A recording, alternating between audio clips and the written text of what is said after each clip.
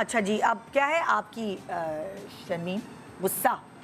बहुत जो होने वाला है आज जब मैं घर वापस खैर नहीं, विद टाइम एंड एज अम्मी हैज़ चेंज, बहुत ज़्यादा चेंज हुई हैं अम्मी, बहुत धीमी हो गई हैं। लेकिन वही वाली बात ना जैसे आप कह रही थी कि अम्मी इतना ज़्यादा चुप रहती थी कि आपने सीखा कि नहीं इतना चुप रहना भी सही नहीं है। तो यही होता है बच्चों का, अगर वो किसी चीज़ से अग्री नहीं कर रहे होते तो फिर उसका ऑपोजिट हो जाता है। अम्मी का गुस्सा मशहूर था, मतलब अम्मी का और गुस्सा बहुत ख़तरनाक था। अम्मी का गुस्सा ऐसा था कि आ जाए तो फिर दिन निकल जाते थे, मतलब ऐसा नहीं था कि 1-2 घंटे में बात ख़त्म हो जाएगी, वो फिर आप 4-5 दिन भूल जाएं उस गुस्से के। लंबा चलता था, बहुत लंबा चलता था, मेरी अम्मी भी बहुत लंबा चलता था। और अम्मी का, क्योंकि देखें अम्मी की माशाल्लाह से 5 बेटियां थीं और अब्बू बाहर रहते थे, तो अकेले भी सब जब रिस्पॉन्सिबिलिटीज़ होती हैं, प्लस अम्मी को ब्लड प्रेशर की भी प्रॉब्लम थी, तो सब चीज़ें ना एक्यूमुलेट हो जाती हैं, तो ऑब्वियसली उसका इफेक्ट पर्सनालिटी पे होता है। तो हो सकता है वो हो, लेकिन अम्मी का एक पॉइंट ऐसा था कि अम्मी बात ही यहाँ से स्टार्ट करती थी और उससे क्या होता था कि मामला ख़राब हो जाता था। मामला सॉल्व होने के बजाय अगर कोई इशू हुआ हुआ है तो वो सॉल्व होने के बजाय और एग्रीवेट हो जाती थी सिचुएशन। तो मैंने ये सीखा कि नहीं, जो कि मैं आपसे कह रही थी कि बात आप कुछ भी कर लो, कैसे कर रहे हो वो मैटर करता है। तो बात करने का तरीका कैसा होना चाहिए, तो उसकी वजह से मैं फिर बहुत ज़्यादा, मेरी अप्रोच ऑपोजिट हो गई कि मैं बहुत सॉफ्टली बात स्टार्ट करती हूँ। कभी कभार वो भी मसला बन जाता है कि जब आप इतना सॉफ्टली बात करते हैं किसी से तो वो भी आपको फॉर ग्रांटेड लेते हैं। लेकिन ये कि हाँ, बैलेंस होना चाहिए। अम्मी का गुस्सा बहुत तेज़ था, अम्मी का फैमिली में भी सब डरते थे अम्मी से, हम बहनें तो डरती ही थी, अम्मी के अपने घर वाले, और हालांकि अम्मी ने ससुराल वालों का बहुत, अपने घर वालों से ससुराल वालों का किया, लेकिन ससुराल वालों को भी पता था कि इनका गुस्सा तेज़ है। बिल्डिंग में नेबर्स को पता था, बाज़ारों में वेंडर्स को पता था, सबको पता था कि बाजी का गुस्सा बहुत तेज़ है। तो इसलिए मैं बिल्कुल ऑपोजिट हो गई कि मैं इस चीज़ पे बिलीव ही नहीं करती कि गुस्सा करे इंसान।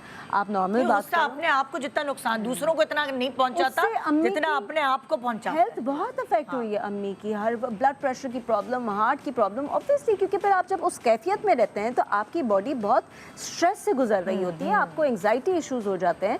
तो अम्मी ने बहुत सफ़र किया है अपने इस गुस्से की वजह से, लेकिन अम्मी का जो है वो कंट्रोल नहीं हुआ, बिल्कुल भी कंट्रोल नहीं हुआ। अब अम्मी की एज ऐसी हो गई है कि अब अम्मी से किया नहीं जाता, तो वो अब वो थोड़ा सा काम डाउन हो गई है। लेकिन I think if given a choice, तो अभी भी अम्मी जब फटती है ना तो हम सब जो है डर जाते हैं। मतलब अम्मी को जब गुस्सा आया हुआ होता है तो मैं तो गायब हो जाती हूँ सीन से, गायब हो जाती हूँ 1-2 दिन के लिए, मैं इधर उधर घूम रही होती हूँ कि अम्मी के सामने ना आ जाए।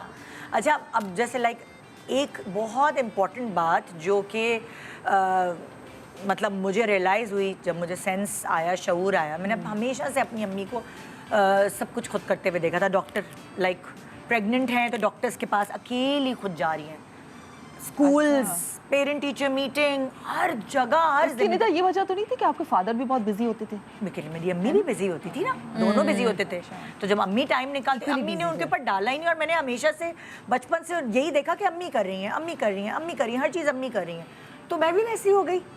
मैं मुझे पहले गाड़ी नहीं चलाना आती थी, तो सिला पैदा होने वाली थी, मैं 8 मंथ प्रेग्नेंट थी और मुझे हॉस्पिटल जाना था। मेरे पास ड्राइवर जो था वो भाग गया, मुझे गाड़ी नहीं चलानी आती थी, तो मैंने रिक्शा किया और अकेले रिक्शे में बैठ के जा रही हूँ और वो धक्के और रोना भी आ रहा है मुझे कि मैं अकेली क्यों जा रही हूँ। फिर तीसरे बच्चे में मुझे ये समझ आई कि यार सारी चीज़ें, घर की कोई चीज़ बनवानी है तो मैं भाग रही हूँ, कारपेंटर है तो मैं भाग रही हूँ, प्लम्बर है तो मैं भाग रही हूँ, क्योंकि मैंने अपनी अम्मी को ये करते देखा।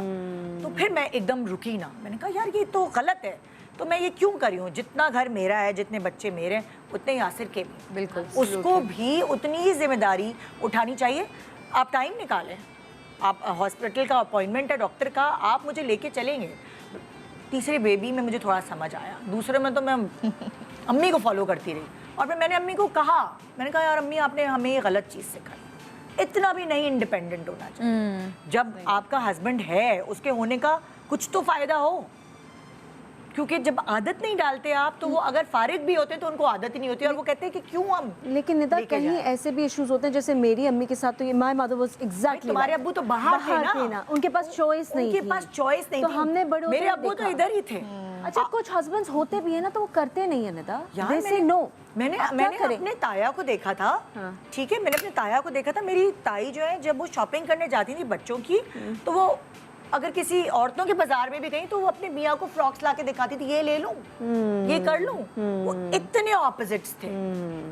तो मयाना रवि होनी चाहिए, बिल्कुल। इतना भी नहीं होना चाहिए, लेकिन हस्बैंड पे थोड़ी जिम्मेदारी डालनी चाहिए, क्योंकि मियाँ और बीवी गाड़ी के दो पहिए हैं, पार्टनर्स हैं। एग्जैक्टली।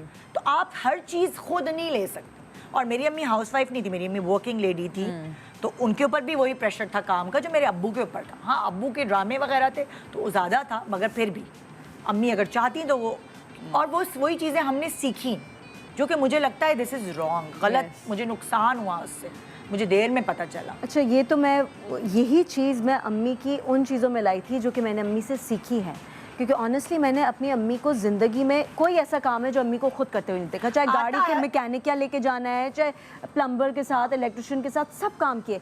उससे हुआ क्या निदा, जब मेरी सिंगल लाइफ स्टार्ट हुई ना after my separation, You are ready. तो मैंने पूरा क्योंकि ये देखा हुआ था तो मुझे इतनी मुश्किल नहीं हुई ये लाइफस्टाइल अडेप्ट करने में। सिंगल लाइफ और मैरिड में of course मैरिड बहुत में फर्क फर्क है। तो हो ना बहुत कुछ। फर्क है, बिल्कुल। फायदा क्या कि आपने साथ भी रहना सही है और बात है, आप हाँ, you're right. एज कपल आप पार्टिसिपेट नहीं कर रहे। अच्छा, मैं अपने अंदर ही अंदर सोच रही हूँ कि ये मैं करती हूँ, कई सालों से कर रही हूँ और शायद अभी भी मैं ना छोड़ूंगी, क्योंकि मुझे अपना सेल्फ सफिशिएंट होना, अपना फ्रीडम सबसे ज़्यादा अजीज़ है।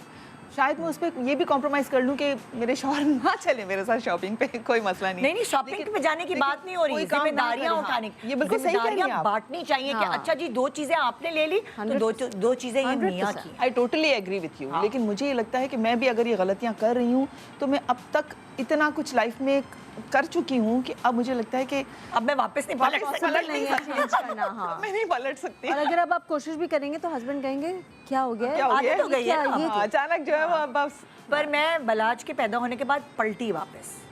मैंने रियलाइज़ किया कि नहीं, मेरा भी हक है कि मैं भी थोड़ा सा रिलैक्स हूँ। तो फिर यासिन, जब मैंने उसके ऊपर जिम्मेदारी डाली कोई भी ऐसी चीज़ की, तो उसने उठाई और बहुत समझदारी और तरीके से उठाई।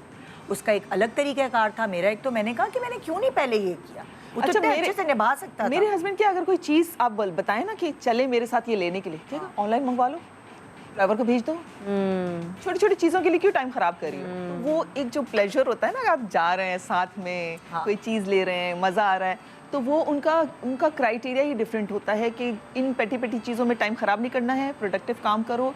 तो कभी कभी मुझे मज़ा भी आता है ना। मुझे लगता है कि मेरे हस्बैंड के डिसीजन स्मार्ट होते हैं और मैं बहुत ख्वार होती हूँ। मेरे डिसीजन उतने स्मार्ट नहीं होते हैं, बिल्कुल।